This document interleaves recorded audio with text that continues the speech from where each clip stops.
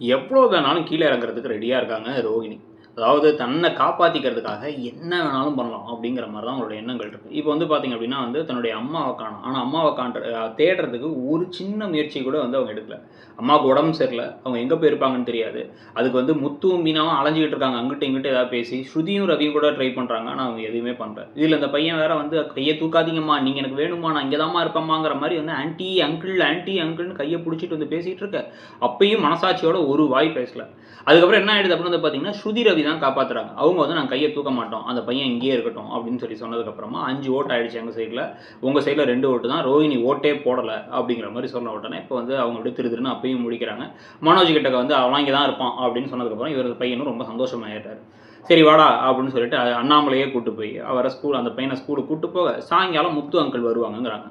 ஆனா எப்ப வந்து அண்ணாமலை கிளம்புவார்ன்னு பார்த்துக்கிட்டே இருந்துட்டு கிளம்புனோடனே குடுகுடுன்னு ரோகிணி ஓடி வந்து உடனே வந்து எனக்கு ட்ரான்ஸ்ஃபர் சர்டிஃபிகேட் வேணும், டிசி வேணும் எனக்கு. எங்க அம்மாவுக்கு உடம்பு சரியில்ல, நாங்க ஊர்ல வச்சிருக்கோம். எங்க அம்மா வந்து ஊர்ல தான் சொந்தக்காரங்க இருக்காங்க, எல்லாரும் பார்த்துக்க முடியும். நாங்க உடனே கிளம்புறோம் அப்படின்னு சொல்லி அந்த பையன் கெஞ்சிறான், நான் இங்கேயே இருக்கேன் இங்கேயே இருக்கேன்ட்டு. அதெல்லாம் முடியவே முடியாது அப்படின்ட்டு உடனடியாக டிசியை வாங்கிட்டாங்க.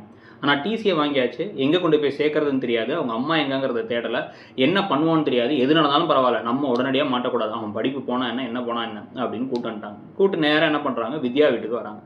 வித்யாகிட்ட வந்து வித்யா வந்து என் வீட்டில் என் சொந்தக்காரங்களாம் வந்துருவாங்க, எங்கள் அம்மா வந்துருவாங்க, முருகன் வேறு அடிக்கடி வருவார், இந்த பையன் இங்கே இருந்தால் என்னன்னு கேள்வி வரும் அப்படின்னா வந்து எனக்காக ஒரே ஒரு வாரம்னு கெஞ்சி வித்யா வீட்டில் இப்போ அந்த பையனை விட்டு வர போகிறாங்க. அந்த பையன் அழுதுகிட்டே இருக்கான்.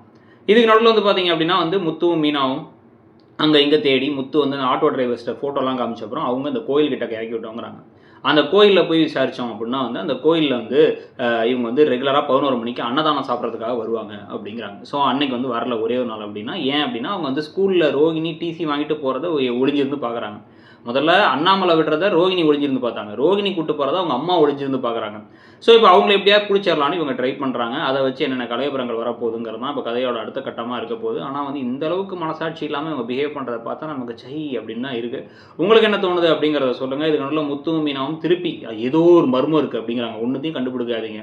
ஆனால் வந்து இந்த வாரம் ஞாயிற்றுக்கிழமை ஸ்பெஷல் எபிசோட்னு ஒரு 1.5 மணி நேரம் போட போகிறாங்க. அந்த 1.5 மணி நேரத்தில் ஒரு வேளை உண்மை தெரியுமா, அதை பற்றி உங்கள் கருத்து என்னங்கிறத சொல்லிவிட்டு அப்படியே இடம்பொருள் சேனலையும் சப்ஸ்கிரைப் பண்ணுங்கள். தேங்க்யூ.